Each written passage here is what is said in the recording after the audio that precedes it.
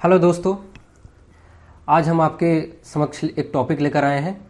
महात्मा गांधी। महात्मा गांधी के बारे में आज हम पढ़ेंगे। ये नेशनलिज्म इन इंडिया की सबसे बड़ी टॉपिक है, महात्मा गांधी। बाकी के इनके जो थे आप लोग को जालियांवाला बाग, रॉलेट एक्ट वगैरह हम पहले के वीडियो में डिस्कशन कर चुके हैं। अब इस वीडियो में सिर्फ और सिर्फ महात्मा गांधी के बारे में पढ़ेंगे। देखिए, सबसे पहले हम पढ़ेंगे महात्मा गांधी के जन्म से रिलेटेड। तो देखिए, महात्मा गांधी का जो जन्म जो था 2 अक्टूबर, याद रखिएगा, महात्मा गांधी का जन्म 2 अक्टूबर 1869 ईस्वी को पोरबंदर कहाँ था? गुजरात में। गुजरात के काठियावाड़ के पोरबंदर में हुआ था और उस पोरबंदर का पुराना नाम सुदामापुरी था। आप याद रखिएगा, महात्मा गांधी का जन्म 2 अक्टूबर 1869 को पोरबंदर, जो काठियावाड़ में पड़ता था, और ये गुजरात में था। ठीक है, गुजरात के काठियावाड़ के पोरबंदर में। कब? 2 अक्टूबर 1869 को हुआ था। और उस पोरबंदर का पुराना नाम सुदामापुरी के नाम से भी उसको जानते हैं, सुदामापुरी भी कहा जाता है। देखिए, महात्मा गांधी के पिता करमचंद गांधी। महात्मा गांधी के पिताजी का क्या नाम था? करमचंद गांधी। दादाजी का नाम उत्तमचंद गांधी और इनकी माता का क्या नाम था? पुतली बाई। तो जो महात्मा गांधी के जो पिता करमचंद गांधी थे, उनको हम कावा खान भी कहते, ये कावा गांधी बोलते। तो कावा गांधी जो थे, कावा गांधी, याद रखिएगा, करमचंद गांधी का एक और नाम था कावा गांधी। तो ये कावा गांधी पोरबंदर, राजकोट और बीकानेर के दीवान थे। दीवान कहने का मतलब प्रधानमंत्री थे वहाँ के। पोरबंदर, राजकोट और बीकानेर ये उस जगह के क्या थे कि राजकोट जो था, राजकोट के अंदर में ही 2 जगह और आते थे, बीकानेर और पोरबंदर, और वहाँ ये राजकोट के क्या थे? दीवान थे। अब देखिए, गांधी जी की जो माँ पुतली बाई, ये कावा गांधी की चौथी बीवी थी। आप याद रखिएगा, यानी महात्मा गांधी कहने का मतलब जो महात्मा गांधी थे वो करमचंद गांधी, जो कावा गांधी जो थे, करमचंद गांधी की चौथे बीवी के चौथे संतान थे। ठीक है, ये पुतली बाई। देखिए, सबसे पहले कावा गांधी ने जो पहली शादी किया था उससे एक बिटिया थी, फिर दूसरे शादी से भी एक बिटिया थी, फिर तीसरे शादी से कोई संतान नहीं पैदा हुआ। तो इन्होंने चौथी शादी किया पुतली बाई से, और पुतली बाई से 4 संतान हुए। ठीक है, तो पहले नंबर पे जो थे सबसे बड़े बेटे, इनके जो सबसे बड़े संतान थे वो थे लक्ष्मीदास। सबसे बड़े कौन थे? लक्ष्मीदास। दूसरे नंबर पे कौन थे?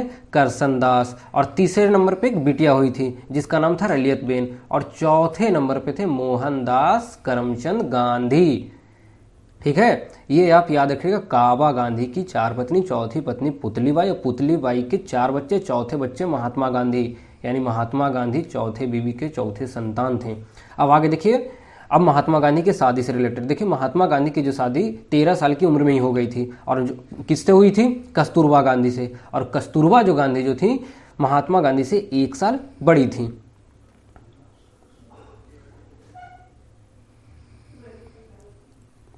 देखिए, यहाँ क्या है कि गांधी जी का जो शादी है, गांधी जी का विवाह एक बिजनेसमैन रहते हैं, मतलब एक व्यापारी रहते हैं, बहुत बड़े व्यापारी रहते हैं, जिनका नाम रहता है गोकुल दास। ठीक है, गोकुल दास माखन जी। वही गोकुल दास माखन जी की पुत्री रहती है कस्तूरबा माखन जी कपाड़िया। उन्हीं से इनका शादी सन 1883 को हो जाता है, जब इनकी उम्र 13 साल रहती है और कस्तूरबा गांधी की उम्र 1 साल, ये बड़े रहते हैं, 14 साल की रहती है। ठीक है, महात्मा गांधी की शादी 13 साल की उम्र में हो गई और कस्तूरबा गांधी इनसे 1 साल बड़ी थी। और कस्तूरबा गांधी बहुत ही मशहूर बिजनेसमैन गोकुल दास माखन जी की वो पुत्री थी। अब देखिए, शादी के बाद ये महात्मा गांधी के भी 4 बच्चे हुए। महात्मा गांधी के कितने बच्चे हुए? 4 बच्चे हुए। पहला हरिलाल, दूसरा मनीलाल, तीसरा रामदास, चौथा देवदास। अब याद रखिएगा, महात्मा गांधी के कितने बच्चे थे? 4 बच्चे थे। कौन कौन? हरिलाल, मनीलाल, रामदास और देवदास, टोटल 4।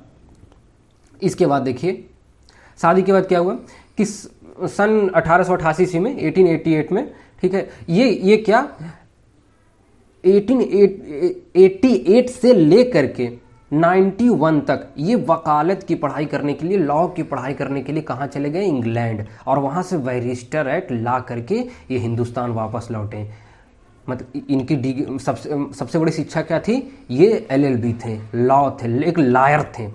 3 साल इन्होंने कड़ी मेहनत करके इंग्लैंड से बैरिस्टरेट लॉ में उपाधि धारण की, बैरिस्टरेट लॉ की पढ़ाई की। उसके बाद 1892 ईस्वी में ये साउथ अफ्रीका ठीक है।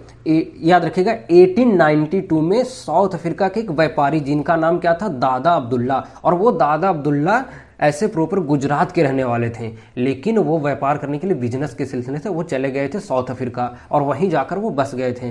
तो दादा अब्दुल्ला ने एक मुकदमे की पैरवी के लिए महात्मा गांधी को बुलाया था। जब दादा अब्दुल्ला को पता चला था कि हमारे ही जगह से एक लड़का बहुत बड़ा वकील बन गया है, और उस समय महात्मा गांधी जैसे ही 1891 में आए थे हिंदुस्तान, तो वो मुंबई हाई कोर्ट में वकील बन गए थे।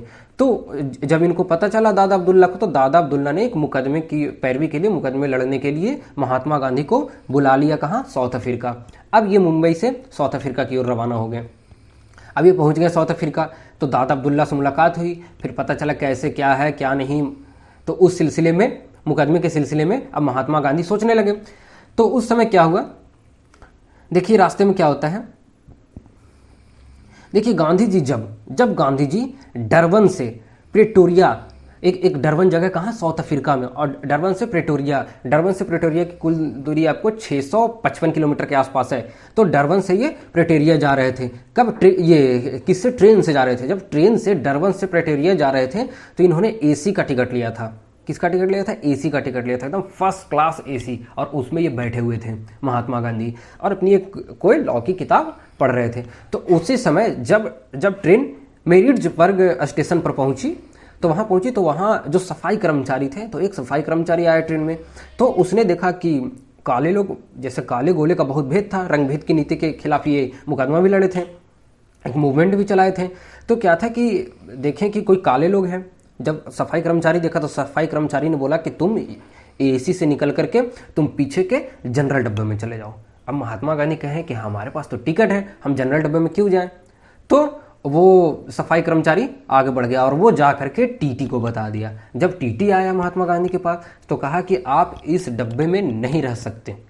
तो महात्मा गांधी पूछे क्यों भाई, क्यों नहीं रख सकते? ये तो कानून के खिलाफ है, हम एक लॉयर हैं, ये तो कानून कहीं ऐसा नहीं है, हम तो एसी का टिकट लिए हैं तो एसी में बैठेंगे भाई, हमारे पास टिकट है, हमारे टिकट। अब देखिए तो टीटी क्या कहता है कि सीधा आप जनरल डब्बा में जाइए।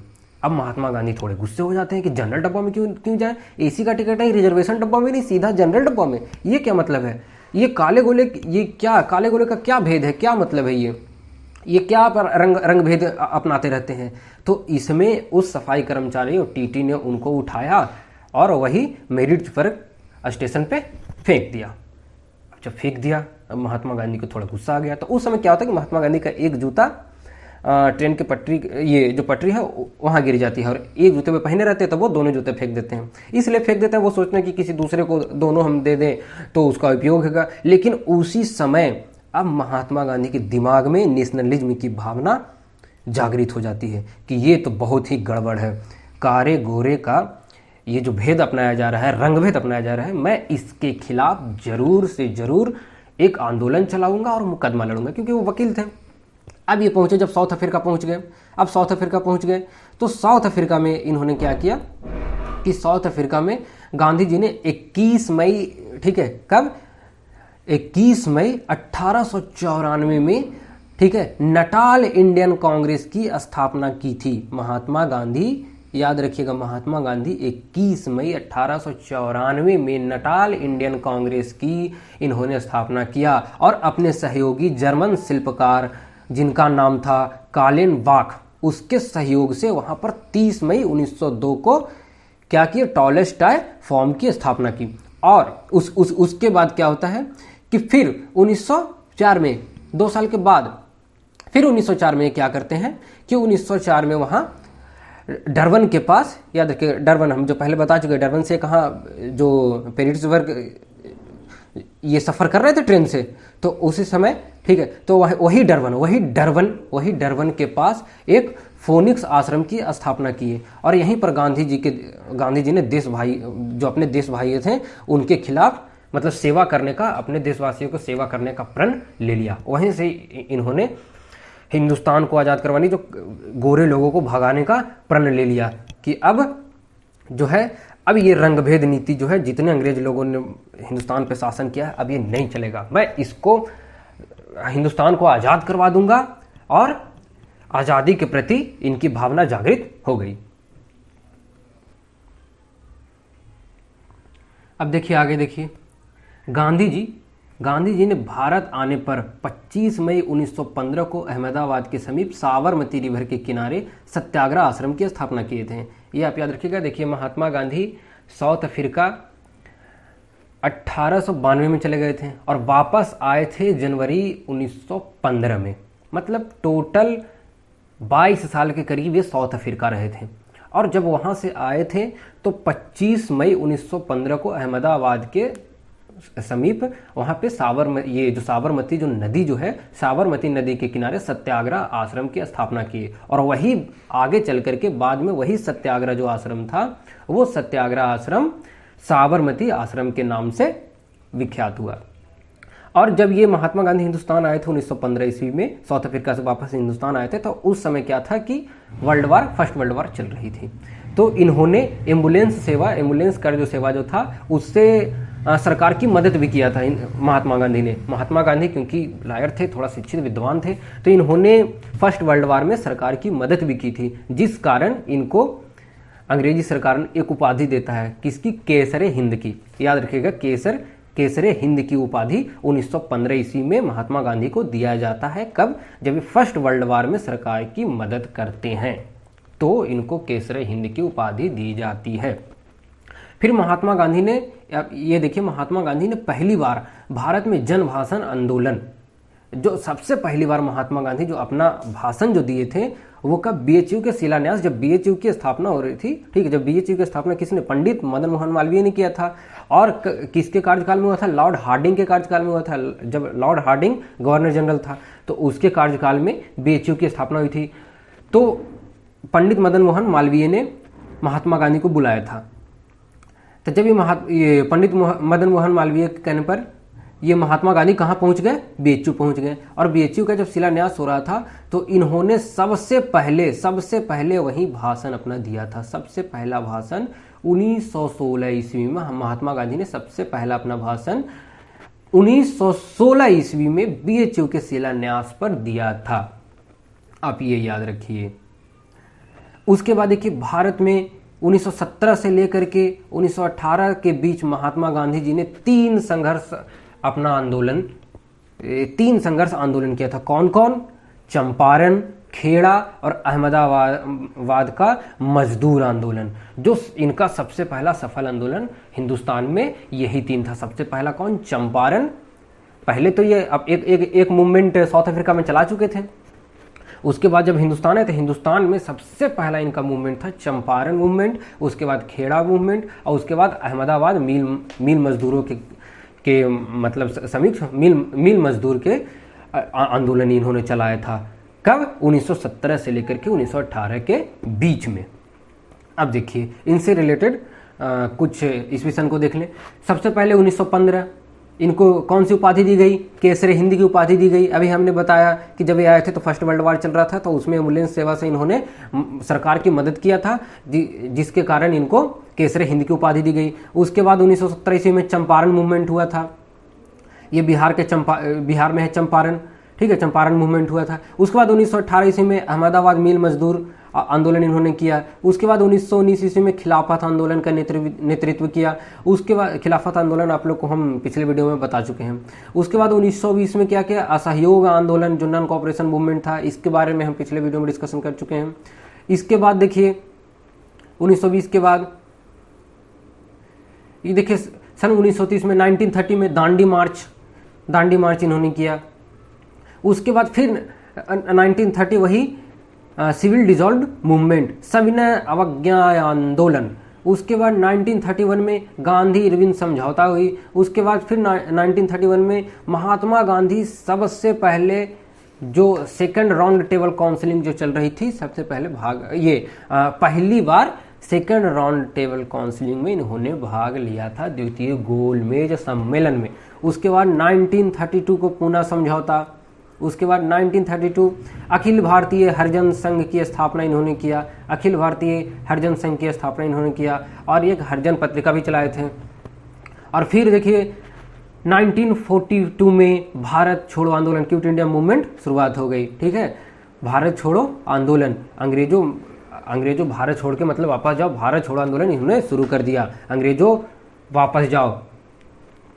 अब देखिए उसके बाद 30 जनवरी 1948 को महात्मा गांधी की मृत्यु, यही दिल्ली के जो बिरला पैलेस है वहीं इनकी मृत्यु हो गई। नाथूराम गॉडसे ने इनको गोली मार दिया, 3 गोली मारा था, वही बिरला पैलेस जो दिल्ली में है। वहाँ क्या था कि कुछ लोग कहते हैं कि उद्घाटन में गए थे किसी चीज़ के, लेकिन ऐसा कुछ नहीं है। वो पार्क में टहल रहे थे और उस समय उनको उद्घाटन में जाना था। उससे पहले ही जब वो पार्क में थे उसी समय नाथूराम गॉडसे आता है और नाथूराम गॉडसे उनसे मिलता है, प्रणाम करता है, फिर उसके बाद महात्मा गांधी को मार देता है। फिर महात्मा गांधी 3 गोली लगने के बाद फिर हे राम कह करके फिर महात्मा गांधी की मृत्यु हो जाती है। अब इसके बाद जो अगला वीडियो लाएंगे उस वीडियो में हम देखेंगे महात्मा गांधी का जो ये जो 3 मेन आंदोलन जो था, जो ये जैसे ही साउथ अफ्रीका से आए थे तो अपना 3 मूवमेंट चलाए थे, चंपारण, खेड़ा और अहमदाबाद वाली, उसके बारे में हम स्पेशल डिस्कशन करेंगे। धन्यवाद दोस्तों।